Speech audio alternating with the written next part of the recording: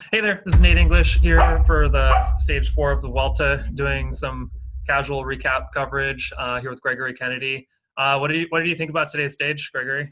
Yeah, a flat stage at the Vuelta was relatively unexciting for most of the race, right? You had these like breakaways, some of the wild card teams trying something, but the sprint finish was exciting. Yeah, it was a pretty good finish. So just to briefly go over the stage, it was like 190K, and it was like a little bit bumpy, but downhill tendency for the first half, and it was basically just dead flat. So for most people, it was just a rest day. They just need to cruise and get to the finish. Um, if it was windy, it could have been challenging, but mostly we'd expect it to be really uneventful. They had a break with some of the wildcard teams, and of course, all the GC riders are not going to do anything. They're just going to sit in and rest. All of the GC teams are also not going to do anything. If they have a sprinter or if there was a break that had time, like they'll do something. But today they never even let the break have any real time. And all the wild card teams, like they're not going to go for the GC. They don't have riders capable of doing that. So they're going to do as much as they can to like pack the breaks. But it came down to just a sprint finish. So tell me about like the top sprinters, Gregory. Like what did you think? And yeah, who are the players and how did it go down?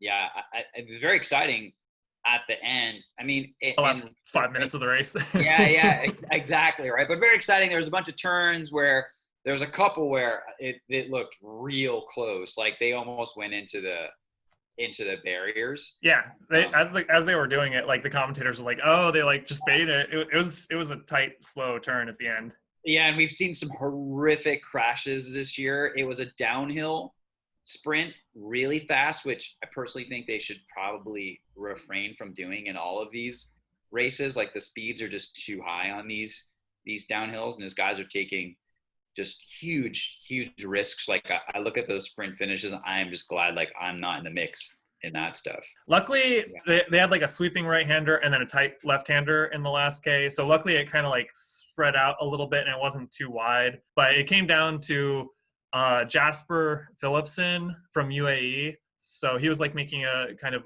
showing for their team. He came out of the turn first and like opened up his sprint, but it was a couple hundred to go. Sam Bennett had the quick step team working for him, and so like they did a good lead out. It was like kind of fun seeing that there was enough of a contingent of like sprinting skill in the race, because it's such a climbing heavy race. Like you almost would think that there's only a couple of individuals going for the sprints and like all the teams just don't even care. But clearly Quickstep came to win the sprint competition with Bennett, and he's fresh off the tour where he won the sprint competition. But Phillipson gave a good effort. It was fun seeing him. He's like younger and has had some decent results, so he's definitely an up and comer to watch. It'll be fun seeing them go for it. Did you have a favorite going into the stage, or did you even really care? And you're just like hoping that your GC riders don't crash out or something? Yeah, exactly. Right. I'm still gonna double down on Carapaz. I think he has a good chance of winning it. I think the same thing will happen. Roglic will burn out on the last day, and Carapaz will just kind of slip by. I think for today, the big story is that there is a sprinter who can make it through these difficult Vuelta mountain stages, and is I think at this point I'm gonna bet on Sam Bennett for all of these sprint finishes. Like Quick Step is widely known as the best team when it comes to stage wins and sprinting, and that team dominated at the end. It was incredibly exciting to watch them pull off, basically rotating through every rider on the team to get Sam positioned through that last turn. And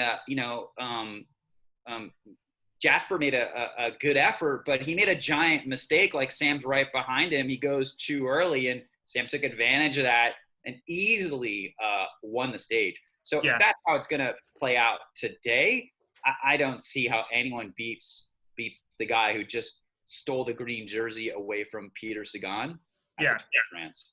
yeah. I think he'll be on the podium for sure every race. He'll win a couple stages. Probably Phillipson will be on the podium a few times. It'll be fun to watch. Like it's always exciting seeing them barrel down at the line at 40 miles an hour on the sprint stages, but the rest of the time they're just trying to make the time cut.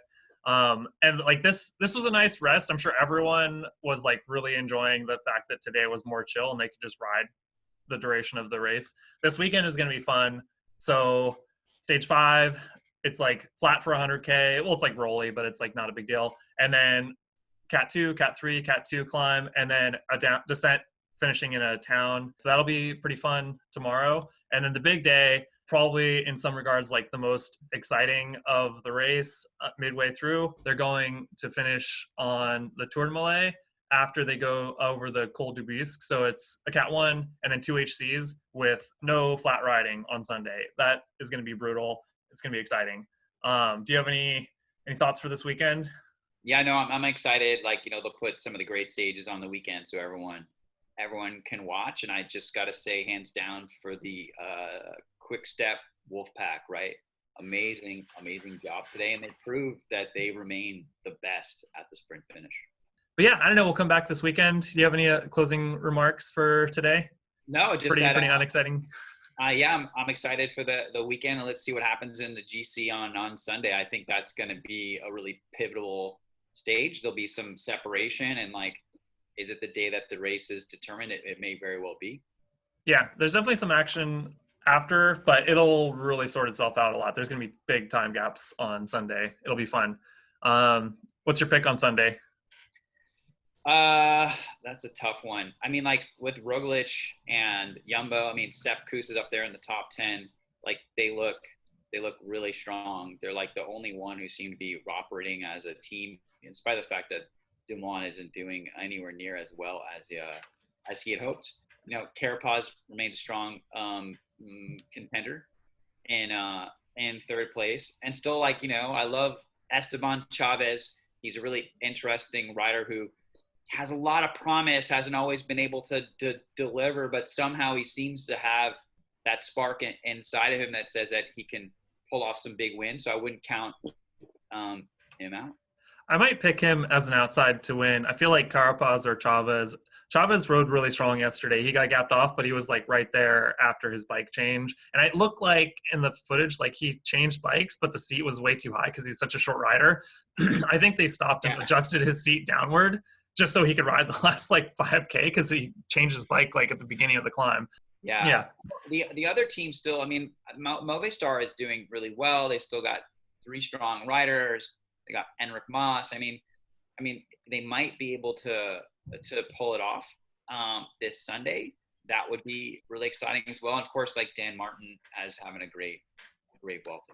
Yeah, I think it's up to him to just hang in there and see if he can just nip people at the line or take advantage of weakness on the other guys. But I think his only way to win, I think, is to like do as little as possible and count on Jumbo and Movistar to like do all the work and him to just like be right there the whole time.